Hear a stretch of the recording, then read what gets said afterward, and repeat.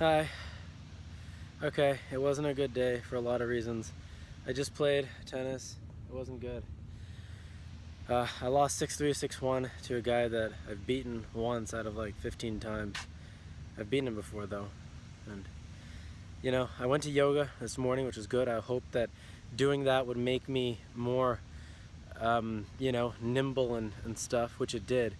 And the thing about yoga, especially the way they do it at this place, Sacred Moments, this teacher, Lisa, she teaches in beginner's yoga, and it helps you develop a lot of fine muscle stuff, like fine movement with your hips, with your shoulders, that you wouldn't realize that you'd be doing wrong unless someone actually showed it to you. But then when you do it right, you notice what's actually the right way to do it. Anyway, I did that, and it was good. It was good as a warm-up, actually. And I came on the court pretty fresh, but just mental stuff was getting in the way.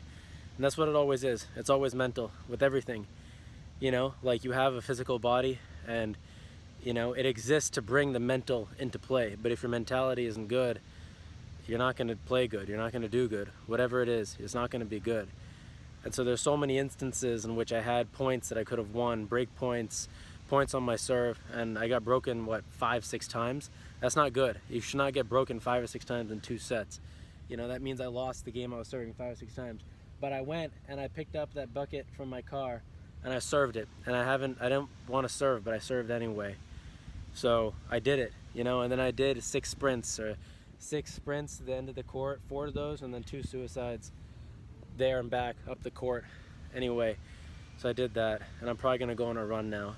None of the stuff that I want to do, by the way. I didn't want to do any sprints, but I knew that I would. I didn't want to do the suicides, but I did. I don't want to go on this run, and I've run out of water, but I'm gonna go fill up water and do it. And I mean, I don't know, I guess this is the perseverance. This is what builds the mentality, right? This is what builds mental strength, to feel really bad and then push through. Because ultimately, what's the purpose of feeling bad? I mean, there's no real good purpose, obviously, but when you feel bad, your mind is sort of trying to trick you into doing the wrong thing. It's trying to trick you into not persevering, it's trying to trick you into not exercising. It wants you to wilt, it wants you to crumble, so that you can't be strong, so that you can't do what you're supposed to do. And if you give in to it, it works. And then it just perpetuates. I'm 27. I can't have this happening to me. There are people a lot younger than me who figured this out. So for me, it's a matter of perseverance at the finest level. Or forget the finest level. It's a matter of perseverance at the level at which I am right now. And the level at which I am is the level at which I'll always find myself, because that's where I am. That's what I've built up to based on all the past actions. Every suicide that I've done, every sprint that I've done, every run that I've done, every exercise that I've done has brought me to this point for better. It's all good, obviously, but it's brought me to whatever level that I'm at right now. And it's on me to just trust that even if I don't want to do the sprint, the run today, that it'll be worth it. I do have the time. I do have the energy. I just need to get some water, and I'll be better. So why wouldn't I do it? No, seriously, why wouldn't I do it? Because just laziness, and I don't have time for laziness. I have a life to create.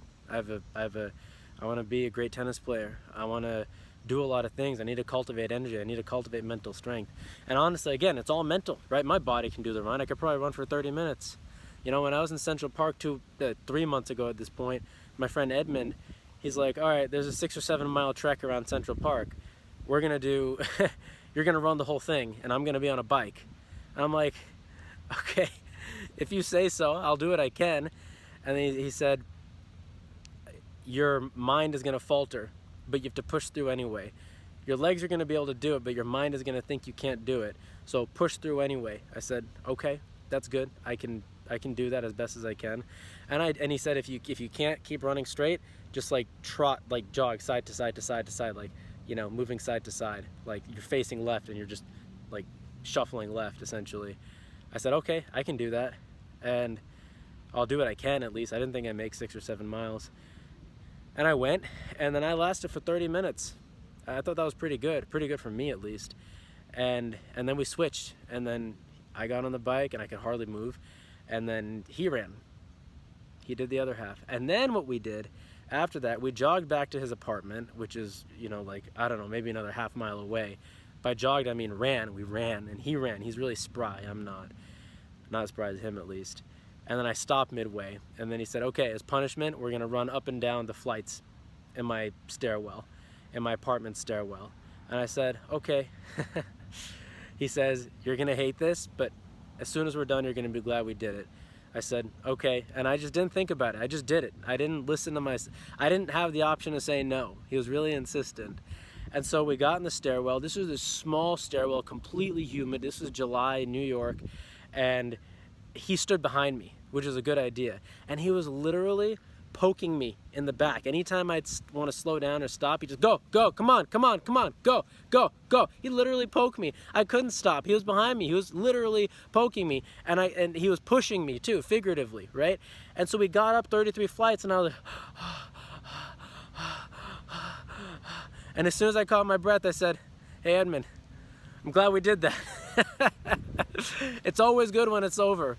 And so that is now part of the repertoire. I can tell a story about it now. It's happened.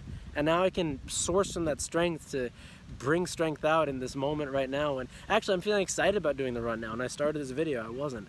So that's the power of all this. You know, stop the mind from stopping you from doing what you gotta do. Anyway, I think I've said what I need to say for now. So I'm gonna go on the run now.